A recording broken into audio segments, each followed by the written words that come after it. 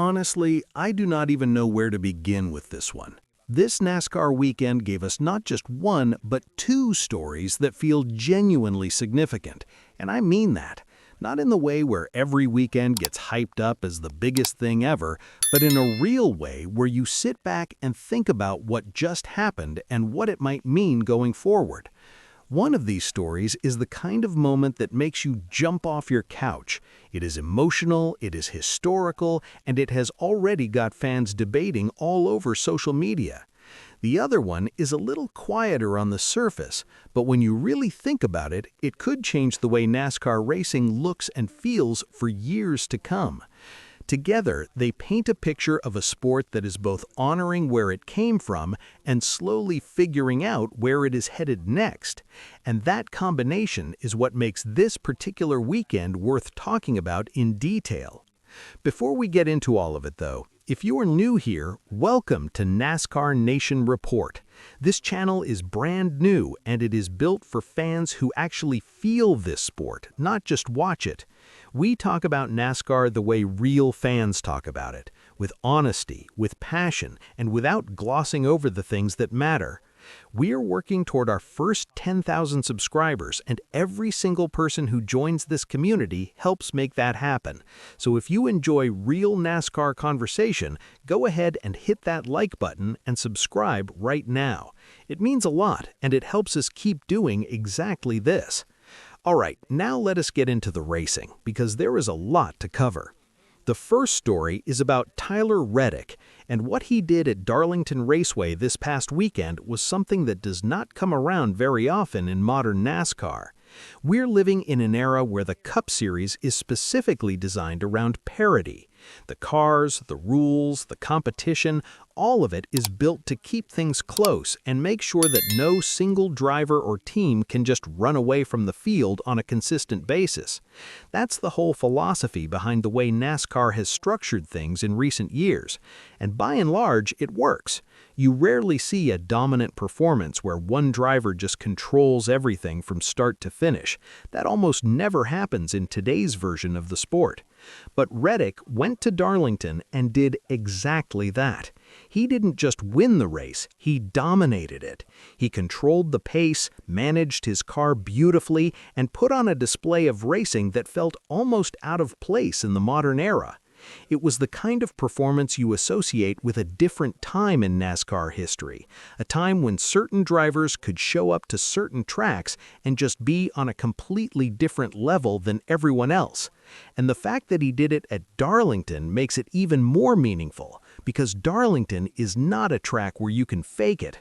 The track is called Too Tough to Tame for a reason. It demands patience, it demands precision, and it absolutely punishes any driver who gets too aggressive or makes careless mistakes. Surviving Darlington cleanly while also running fast enough to dominate is genuinely hard to do. Now, here's where the story gets really layered. In doing what he did, Reddick broke a record that had been standing since the late 1980s. And this was not just any record. This was a benchmark set by Dale Earnhardt, one of the most iconic drivers in the entire history of the sport. The Intimidator, a man who built a huge part of his legend at Darlington specifically.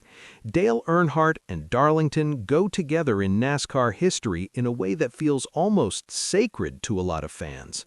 So when Reddick goes out there and puts up a performance that actually surpasses what Earnhardt had done in terms of control and dominance at that track, that is a genuinely massive moment. That should have been the only thing anyone was talking about after the race.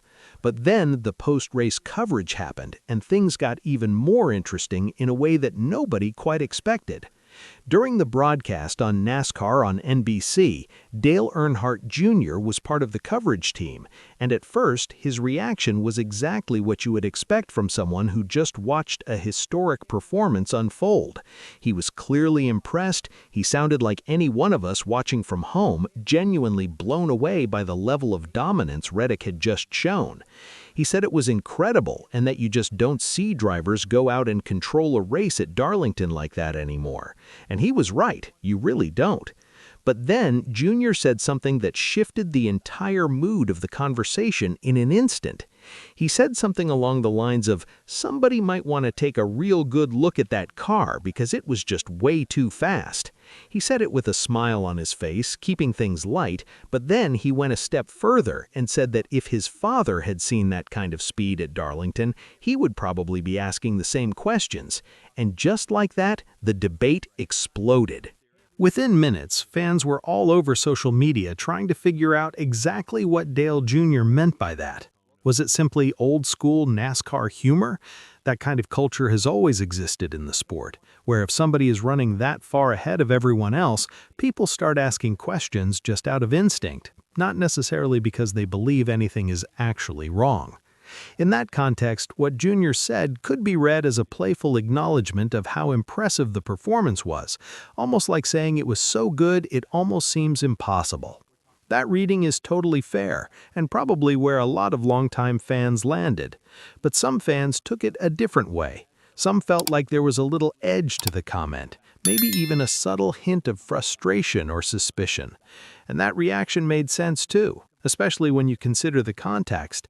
This was a record tied directly to Dale Earnhardt, Jr.'s father, finally falling.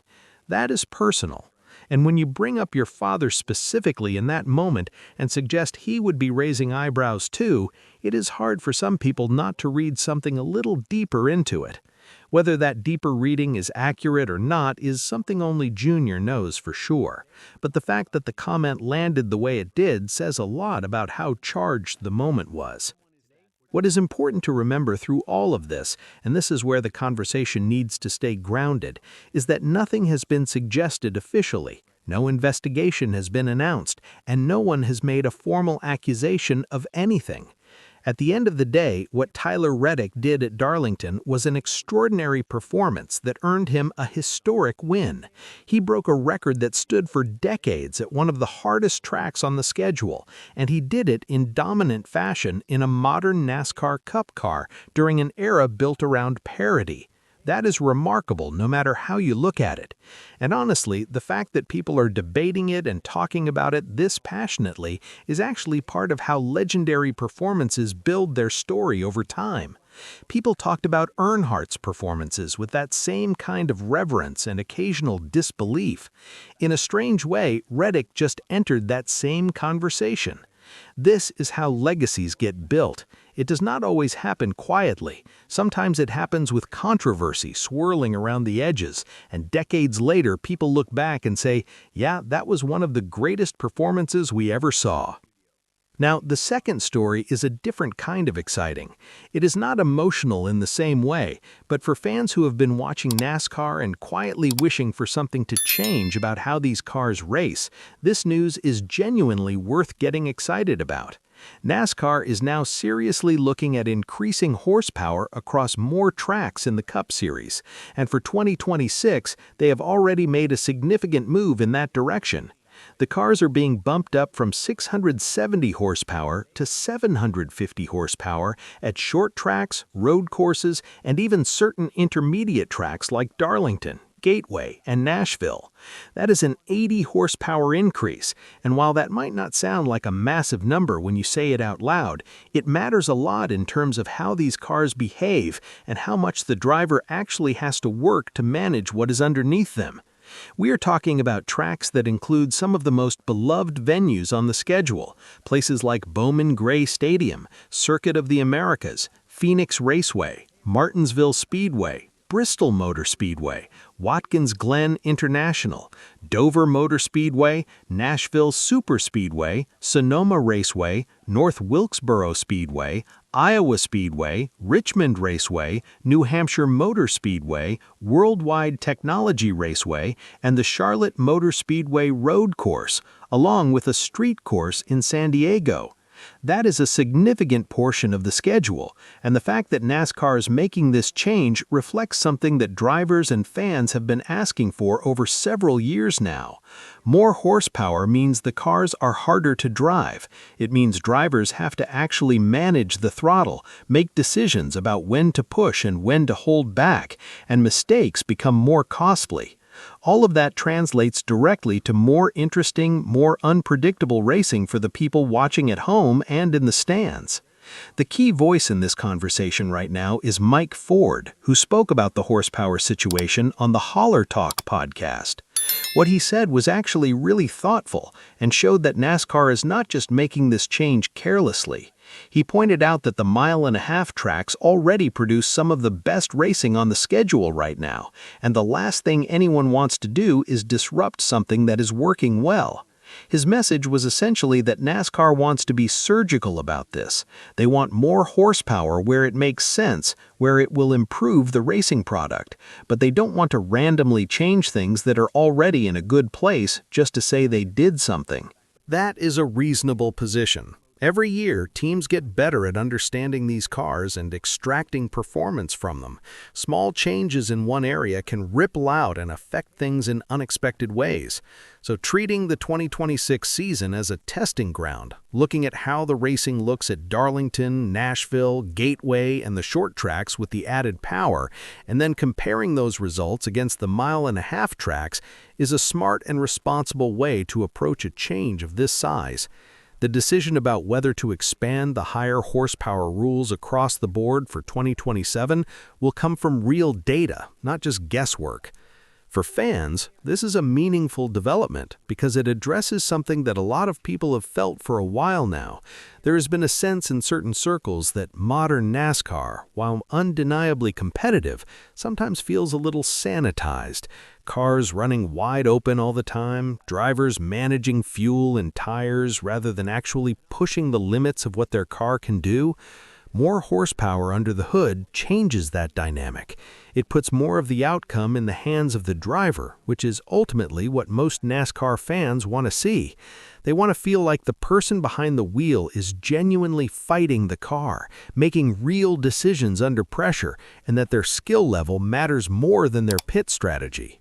If this horsepower increase works the way a lot of people hope it will, the version of the NASCAR Cup Series we could be watching by 2027 might feel noticeably different and noticeably better in terms of raw racing entertainment. More throttle discipline required, more moments where a driver pushes a little too hard and pays for it, more variance in how races unfold from week to week. That is the kind of thing that keeps casual fans watching and gets hardcore fans fired up. When you step back and look at both of these stories together, there is a thread that connects them in an interesting way. On one side, you have Tyler Reddick delivering a performance so dominant that it broke a record from NASCAR's most legendary era and sparked a debate about legacy, speed, and what we are watching when the best drivers in the world push the limits of what is possible. On the other side, you have NASCAR itself making changes designed to push those limits even further, to make the cars more demanding, the racing more unpredictable, and the performances more reliant on pure driver skill. One story is about the present, a moment that will be talked about for a long time. The other is about the future, a change that could redefine what the sport looks and feels like for the next generation of fans. And the fact that both are happening at the same time feels significant. It feels like NASCAR is in a genuinely interesting place right now, one where the history of the sport is still very much alive and still creating moments, while the future is actively being shaped by real decisions that matter. That combination is rare. Most of the time, a sport is either living in its past or chasing its future, and it struggles to do both at once. Right now, NASCAR seems to be doing both, and that is something worth paying attention to, whether you've been watching for 40 years or just got into the sport last season. The conversation around what Dale Earnhardt Jr. said after the race will keep going for a while, and honestly, it should.